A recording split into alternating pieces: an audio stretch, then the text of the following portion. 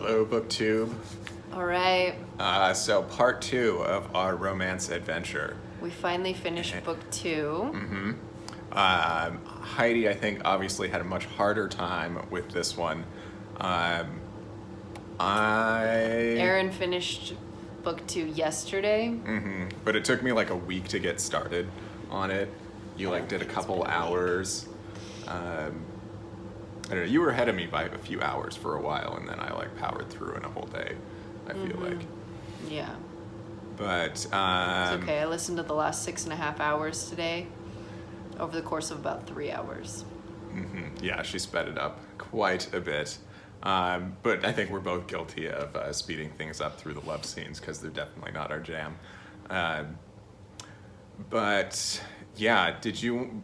I guess I'll kind of go first because I don't have as much gripe. I Well, guess. I've got things to say, so you So- go first. So my biggest gripe is like this was pretty much just like nothing really happened in this one. It's like, oh, you guys still are unfit for duty from your last assignment, so I'm gonna send you on vacation. So they go to the one guy's like mountain home, West Virginia. and they go into the mountains and they run into some guys that were setting booby traps in the woods.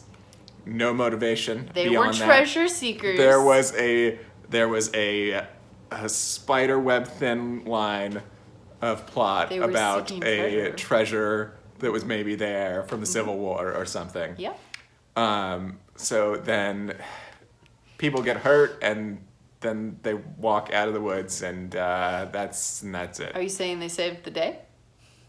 They didn't save anything other than really just get themselves in trouble and then get themselves out of trouble. Like So they saved themselves. they after being stupid, yes. I mean, And then there was a whole bunch of emo drama about one of them being called a coward, and like that's apparently just like stake through the heart for him. you don't so, call a Marine a coward. So I don't So know. you I loved would it? have liked a serial killer again.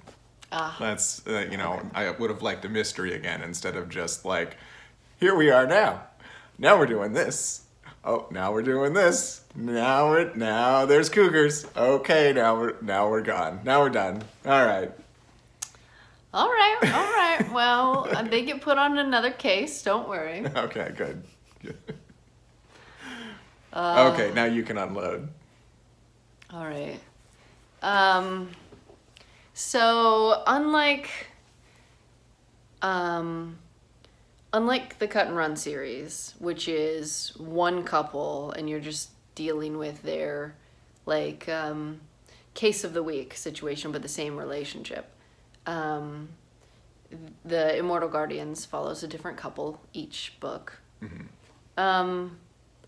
And so I was really looking forward, and that's the problem. I had unrealistic expectations because I was sort of impressed with the first book.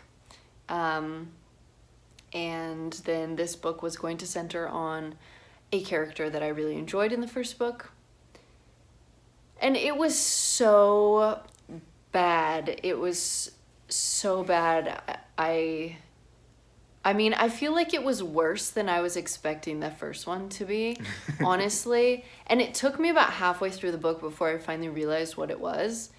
And it's because the main female character, the female love interest of this one, the author spends the entire time infantilizing her, making it so everyone treats her like a child. They make comments constantly about how innocent she is, how tiny she is, how she looks like a little boy, but yet everyone's sexualizing her. And then there's a whole virginity trope thing in there. And it's just creepy because it is so sexualized and yet so infantilized that it just feels so pedophilic.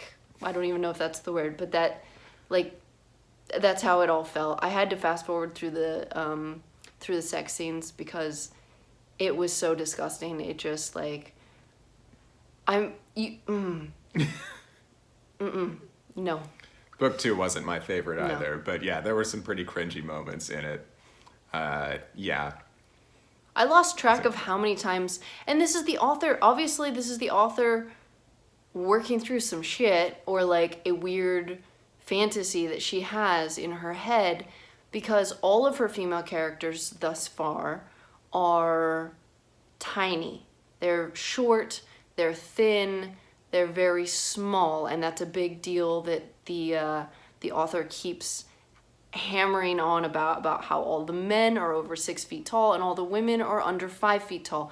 This is clearly an issue that the author has, but this one was worse because she described the character as childish every other page. She had childish glee and she was so innocent. She didn't know things like that she didn't know what a possum was or whatever. And she was roller skating around like a child for no reason.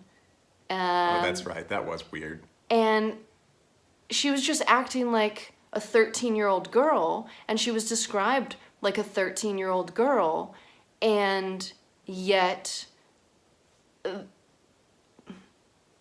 I mean, it wasn't just her. Every time in her head, she was thinking like, oh my God, I want to throw myself at this man. And like, she was thinking all of this sexual stuff too. But like, every time he looked at her or thought about her, even when she's like bleeding and like dying and everything, he's like, oh, I have to control my lust. Oh my God, please stop. It was absolutely terrible. It infuriated me. I'm sorry. Are you giving up? No, I finished it. I rated it 1 star. I'll probably go back and do a rant review on Goodreads because I was mad. But no, I refuse to give up. Okay. We're gonna go on to book 3. Go on to book 3 here.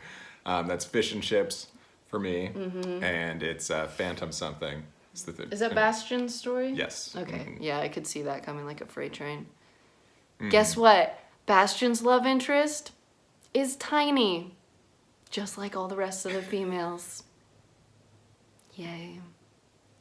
Oh my God, this author is so heavy-handed with her preaching, like her preaching like the whole organic food thing constantly. Oh yeah.